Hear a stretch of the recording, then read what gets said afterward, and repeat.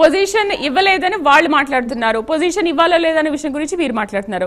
Right Rammohan గారు, ఇక్కడ positions ఇస్తేనే ఇక్కడ బంధాలు బంధుత్వాలు నిలబడతాయా? పొజిషన్స్ లేకపోతే బంధాలు ఇవన్నీ నిలబడవా? రామ్మోహన్ గారు స్పందించుద్దాం. రామారావు గారు మీ ఆన్సర్ దొరికింది, చెప్పేశారు, మీరు ఆన్సర్ చేసేశారు షేక్ బాజీ గారికి వాట్ ఈస్ వాట్ అనేది. రైట్, ఫైనల్ గా కమెంట్ విందాం విశ్లేషకుల్ని. నేను ఒక మాట చెప్తాను ఫైనల్ గా. ఎప్పుడు నేను చెప్పిన స్త్రీ పక్షపాతి, నేను అన్ని రాజకీయ పార్టీలు ఆ పార్టీలో ఉన్న అన్నా చెల్లెలు ఉన్న అక్క తమ్ములు ఉన్న ఆడవాళ్ళకి అన్యాయం చేస్తున్నాయి. కాంగ్రెస్ పార్టీలో ప్రియాంక గాంధీ ఉన్నది, రాహుల్ గాంధీ ప్రతిపక్ష నాయకుడు ఎందుకు కాదు, ప్రియాంక గాంధీ ఎందుకు కాకూడదు? ఇంకా ఇందిరాగాంధీ లాగా ముక్కు ముఖం ఉందని ఇవాళ చాలా మంది ప్రియాంక గాంధీ వస్తే ఆమె అభిమానంతో ఎక్కువ మంది చేరే అవకాశం ఉందని కూడా చూస్తున్నాయి. చరిస్మా రాహుల్ గాంధీ కంటే ఆమెకి ఎక్కువ ఉంది. కానీ ఏమైంది, జెండర్ పరంగా ఆమె స్త్రీ కనుక. కలిమోని స్టార్టింగ్ ఉదాహరణ చెప్పాను. ఇవాళ జగన్మోహన్ రెడ్డి గారు మనకు ఇటు పక్కన శర్మ చూస్తున్నాం, కేటీఆర్ ఈరోజు చూస్తున్నాం. దేశం అంతా ఇదే పరిస్థితి అంటున్నాను. స్త్రీలకు అన్యాయం జరుగుతుంది. పదవులు ఒక్కటే కదమ్మా, నేనేమంటాను చూస్తున్నాం కదా.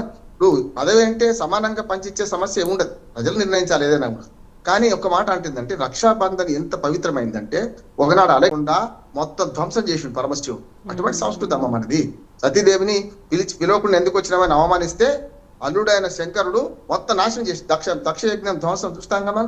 అందుకని ఏమంటానంటే, ఇవాళ ఈ రాజకీయాలలో విభేదాలు పెట్టుకున్నా మీరు అహంకారంతో పోకండి, అన్నా చెల్లెడు కుటుంబం కలిసి ఉండండి. చాలా మంది ఏంటంటే ఈ ఇంటి మీద కాకి ఆ ఇంటి మీదకి వాళ్ళు వద్దని రాజకీయాలు వస్తున్నాయి. రామారావు గారితో ఏకీపిస్తున్నాను ఏ విషయంలో అంటే, ఇప్పుడు ఏదైతే ఈ పార్టీలో లేదా అంటున్నాడు కదా ఆయన, అన్ని పార్టీలో ఉన్నాయి అంటున్నాను నేను. అన్ని పార్టీలో ఉన్నాయి, బాజీ గారు చెప్పిందని చూసుకుంటే అన్ని పార్టీలో ఉన్నాయి. చివరికి ఒక మాట చెప్తాను, అన్నా చెల్లెల బంధం బలహీనం కాకుండా చూడండి. మానవ సముదాయం బలమే, రాజకీయాలే, వ్యక్తిగతమే. గతంలో వాజ్పేయి గారు మన ఇందిరాగాంధీ గురించి మాట్లాడుతూ, ఇందిరాగాంధీ బాగా ఆవేశంగా మాట్లాడుతుండేనట, చాలా కోపంగా మాట్లాడుతుండే పార్లమెంట్ సాక్షిగా, అమ్మ మీరు కోపంలో కూడా అందంగా ఉన్నారంటే పక్కన నవ్విందట. రాజకీయాల సంస్కృతి ఎందుకో తెలియదు. నీలం సంజీవ రెడ్డి గారు ఉత్తరాంధ్ర పర్యటనలో ఒక మాట ముగిస్తాను.